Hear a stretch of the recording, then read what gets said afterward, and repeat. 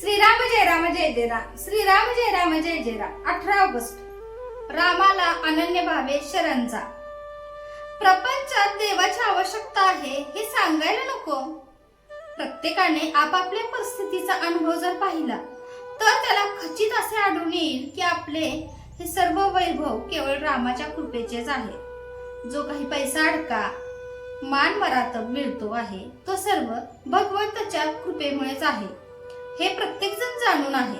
म्हणून जे जे कर्म आपल्या हातून घडत असते ते त्याच्या सत्तेने होत असते याची खात्री बाळगून कोणत्याही बऱ्या वाईट कर्माचा अभिमान धरू नका किंवा खेदही करू नका.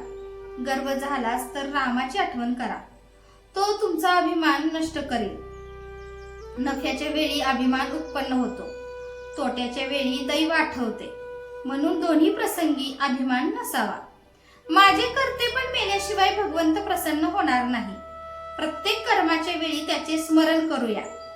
राम करता म्हणेल तो सुखी, मी करता म्हणेल तो दुःखी. लहान मुलाप्रमाणे निर्भिमान असावे.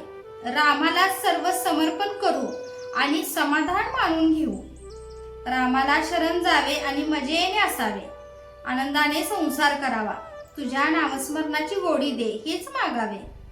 प्रत्येक गोष्ट भगवंताच्या इच्छेने होत आहे हे समजून समाधानात राहा.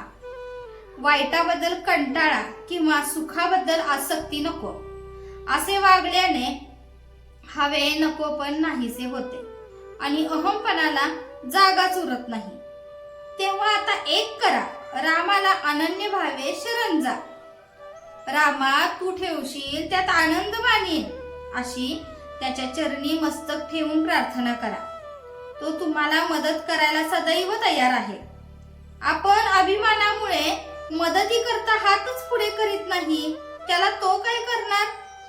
तुम्हाला खरोखर परमेश्वराजवळ काय पाहिजे ते मागा, तो तुम्हाला खचित देईल. पण जे मागाल ते मात्र हिताचे मागा. समर्थ रामदास हे मनोभावे रामाचे दास झाले म्हणून ते समर्थ होऊ शकले. ज्याने जगताची आस सोडली आणि रामाची सेवा पत्करली तो जगाचा स्वामी होईल. म्हातारे असतील त्यांनी भगवत भजनात आपला वेळ घालवावा आणि तरुण असतील त्यांनी भगवत स्मरणात कर्तव्याला चुकू नये. हाच समाधानाचा मार्ग आहे, यातच सर्वस्व आहे. जो भगवंताच्या प्रेमात नेहमी निमग्न राहतो त्याला उपदेश करण्याची जरुरी नसते. भगवंताने गोपींना उपदेश केल्याचे ऐकिवात नाही.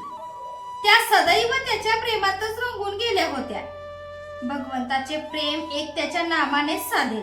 म्हणून नेहमी भगवंताच्या नामात राहून आनंदात आयुष्य घालवा.